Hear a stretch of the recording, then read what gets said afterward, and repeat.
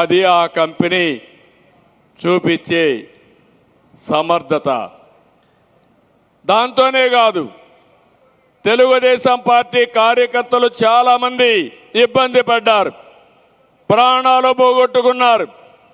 అలాంటప్పుడు నా మనసు చాలా బాధపడింది.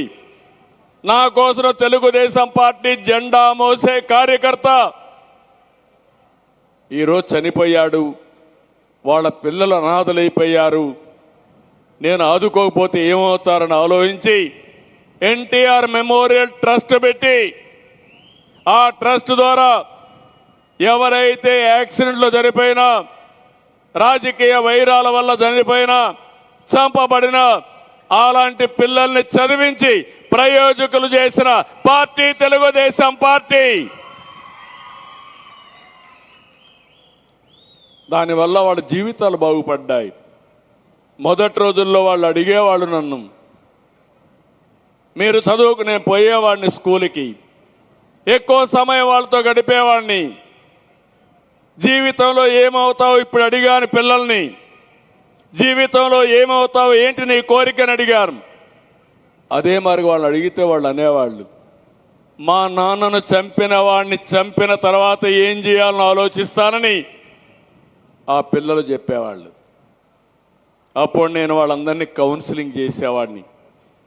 మీ నాన్నని చంపిన వాడు పాపాన వాడు పోతాడు, నువ్వు కూడా పనిచేస్తే నువ్వు జైలుకు పోతావు, నీ జీవితం బాగుపడదు, ఆలోచించమని కౌన్సిలింగ్ చేసి ఉన్నతమైన ఆశయాల కోసం చదువుకోమని చదివించి ఈరోజు బ్రహ్మాండంగా జీవితాల్లో సెటిల్ అయ్యారంటే అది నా కుటుంబ సభ్యులకు నేను చూపించిన చొరవ, తెలుగుదేశం పార్టీ కుటుంబ సభ్యులకి. ఈరోజు మీరు ఒక్కసారి చూస్తే సమాజంలో 78 సంవత్సరాలైన స్వాతంత్రం వచ్చి అంబేద్కర్ గారు రాజ్యాంగాన్ని రాశారు, రిజర్వేషన్లు పెట్టారు.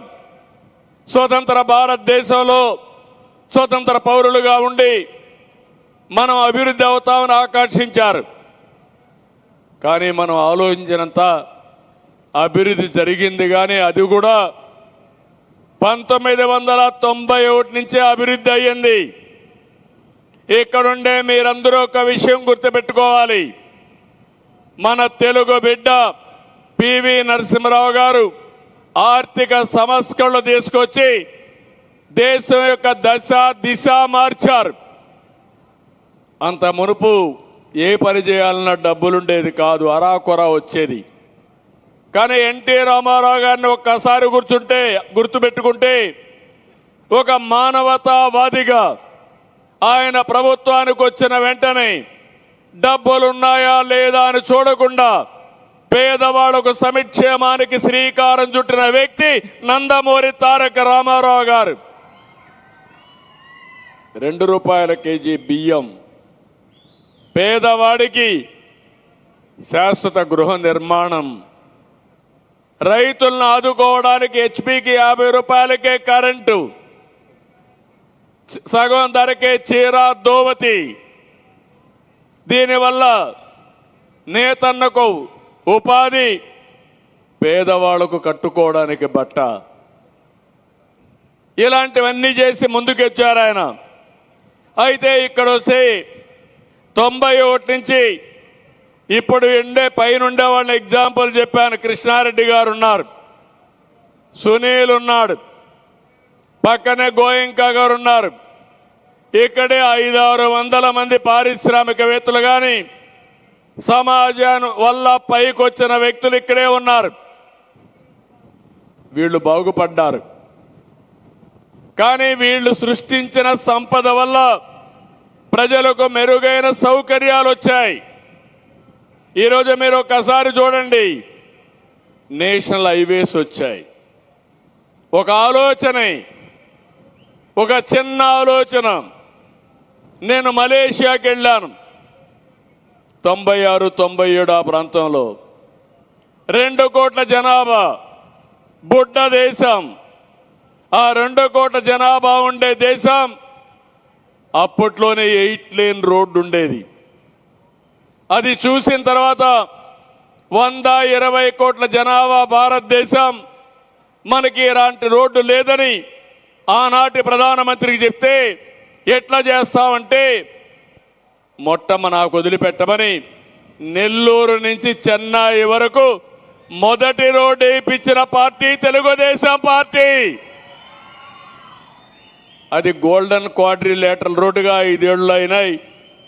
ఆనాటి ప్రధానమంత్రి స్ఫూర్తితో, ఆయన దూరదృష్టితో ఈరోజు మీరు చూస్తే మొత్తం రహదారులన్నీ దశ దిశ మారాయి. అది ఒక నిర్ణయమే. ఇలాంటివి చాలా వచ్చాయి. కరెంటు విషయాల్లో సంస్కరణలు వచ్చాయి. ఎయిర్పోర్ట్లు ప్రైవేట్ పీపుల్ కట్టే పరిస్థితికి వచ్చారు. టెలికమ్యూనికేషన్లో సంస్కరణలు వచ్చాయి. దీనివల్ల మీరు చూస్తే పేదవాళ్ళకు వస్తువులు వచ్చాయి. ఒకప్పుడు సెల్ఫ్ ఫోన్ అంటే ఓన్లీ డబ్బులుండేవారు ఊర్లో ఒకటి ఉండేది. ఒక ఊర్లో ఆ ఫోన్ కూడా ఉండేది కాదు. ఫోన్ రావాలంటే వారం రోజులు పట్టేది. వేరే దేశాల్లో ఉండే వాళ్ళతో మాట్లాడాలంటే అది అసాధ్యమైన పని. అలాంటివన్నీ